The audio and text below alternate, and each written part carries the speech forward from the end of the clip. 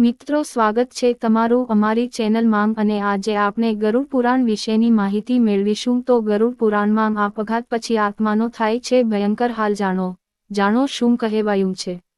Life after death અકાળનો અર્થ અસમય હોય છે। પ્રત્યેક વ્યક્તિની એક આયુ નક્કી કરવામાં આવી હોય છે। તે ઉંમર પહેલા જો વ્યક્તિની હત્યા આપઘાત દુર્ઘટના અથવા રોગને કારણે મૃત્યુ થાય તો તેને અકાળ મૃત્યુ કહે છે। જે વ્યક્તિઓનું મૃત્યુ કુદરતી રીતે થાય છે તેમની આત્મા ભટકતી નથી। જે વ્યક્તિઓનું મૃત્યુ કુદરતી રીતે થાય છે તેમની આત્મા ભટકતી નથી। હિન્દુ ધર્મ અનુસાર મર્યા બાદ મુખ્ય રૂપે આત્માની 3 પ્રકારની ગતિ હોય છે।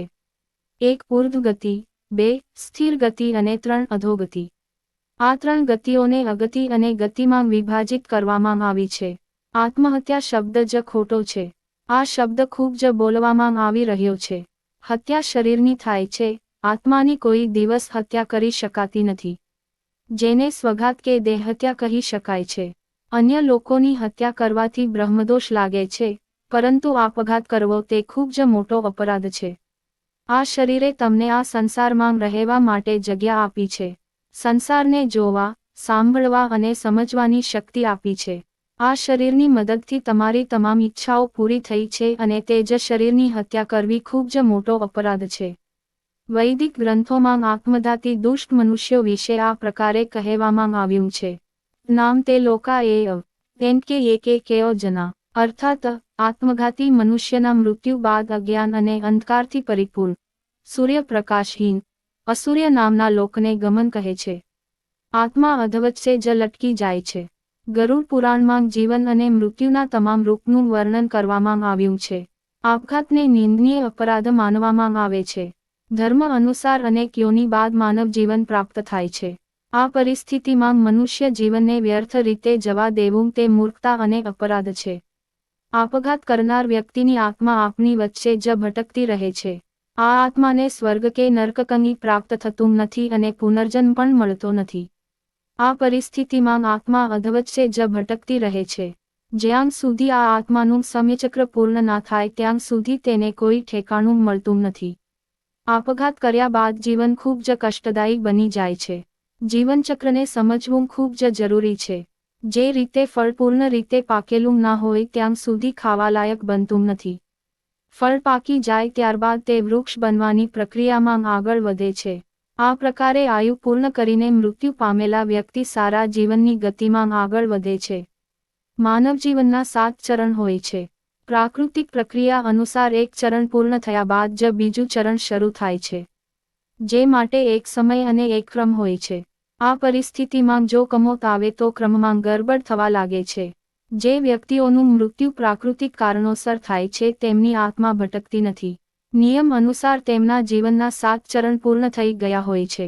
જે લોકોનું મૃત્યુ આપઘાતને કારણે થાય છે તેઓ જીવનચક્ર પૂર્ણ કરી શકતા નથી। જેથી તેઓ અધવચ્ચે જ રહી જાય છે। મર્યા બાદ બીજું શરીર ક્યારે મળે છે? ઉપનિષદ અનુસાર મનુષ્ય હોય કે પ્રાણી, કેટલીક આત્માઓને તાત્કાલિક બીજું શરીર મળી જાય છે। પુરાણો અનુસાર મર્યા બાદના 3 દિવસમાં વ્યક્તિ બીજું શરીર ધારણ કરી લે છે, જેથી તે વ્યક્તિનું ત્રીજું કરવામાં આવે છે। કેટલીક આત્માઓ 10 દિવસ અને કેટલીક આત્માઓ 13 દિવસમાં બીજું શરીર ધારણ કરી લે છે। આ કારણોસર તે વ્યક્તિનું 10મું અને 13મું કરવામાં આવે છે। કેટલીક આત્માઓ સવા મહિને એટલે કે 37 40 દિવસમાં બીજું શરીર ધારણ કરી લે છે। ઘણા ઓછા લોકો હોય છે જેમને 40 દિવસ બાદ પણ બીજું શરીર મળતું નથી। ઘટના દુર્ઘટના અથવા આપઘાત કર્યો હોય તેવી વ્યક્તિઓને મુક્તિ જલ્દી મળતી નથી। આ પ્રકારના લોકો પ્રેત અથવા પિતૃયોનીમાં પ્રવેશ કરે છે, જેથી 1 વર્ષ બાદ તેમની વરસી મનાવવામાં આવે છે। જેથી 3 વર્ષ બાદ તેમનું ગયામાં વિસર્જન કરવામાં આવે છે। જેથી જો તેઓ પ્રેત અથવા પિતૃયોનીમાં હોય તો હવે ગયામાં જ રહેવું જોઈએ, જ્યાંથી તે વ્યક્તિને મોક્ષ મળે છે।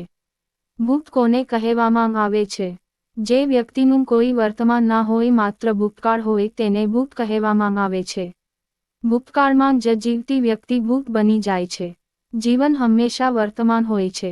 જે લોકો વર્તમાનમાં રહે છે તેમને મુક્તિ જલ્દી મળી જાય છે। આત્માના 3 સ્વરૂપ માનવામાં આવ્યા છે: જીવાત્મા, પ્રેતાત્મા અને સૂક્ષ્માત્મા। જે ભૌતિક શરીરમાં વાસ કરે છે તેને જીવાત્મા કહેવામાં આવે છે. જીવાત્મા જ્યારે વાસના અને કામનામય શરીરમાં નિવાસ કરે છે ત્યારે તેને પ્રેતાત્મા કહે છે.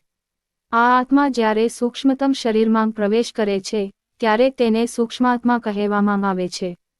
જ્યારે કોઈ સ્ત્રી મૃત્યુ પામે છે ત્યારે તેને અલગ અલગ નામોથી ઓળખવામાં આવે છે.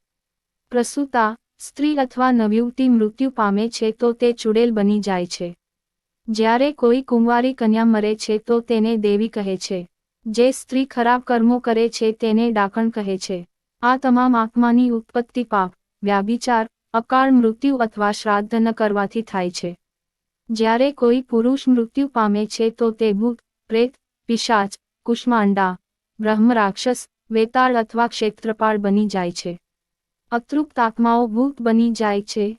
જે વ્યક્તિ ભૂખી તરસી હોય, સંભોગ સુખ ના માન્યું હોય, ક્રોધ, દ્વેષ, લોભ, વાસના તથા અન્ય ઈચ્છાઓ સાથે મરી હોય તો તે ભૂત બનીને ભટકે છે. જે વ્યક્તિ દુર્ઘટનાથી, હત્યાથી, આપઘાતથી મોતને ભેટી હોય તો તે ભૂત બનીને ભટકે છે. આ વ્યક્તિઓની આત્મા તૃપ્ત કરવા માટે શ્રાદ્ધ અને તર્પણ કરવામાં આવે છે.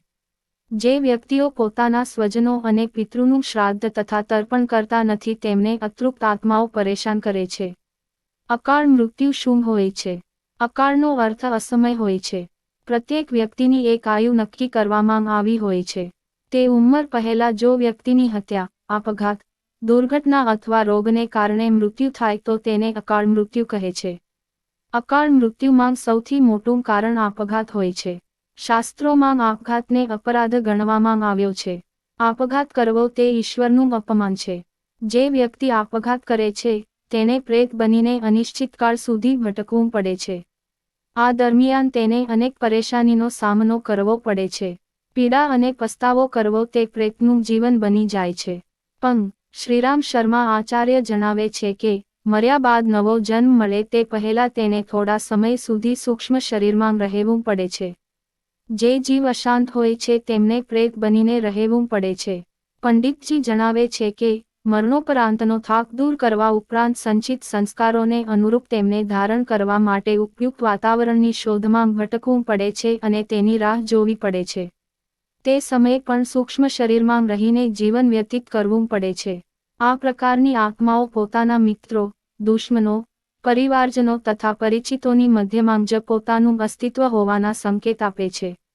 આપઘાત કરનાર વ્યક્તિ ખૂબ જ કંટાળીને આપઘાત કરે છે તો તેની ઈચ્છા અધૂરી રહી ગઈ છે અથવા તેને તણાવમાં આવીને આ પગલું ભર્યું હોય છે. આ પ્રકારની આત્માને જલ્દી મુક્તિ મળતી નથી.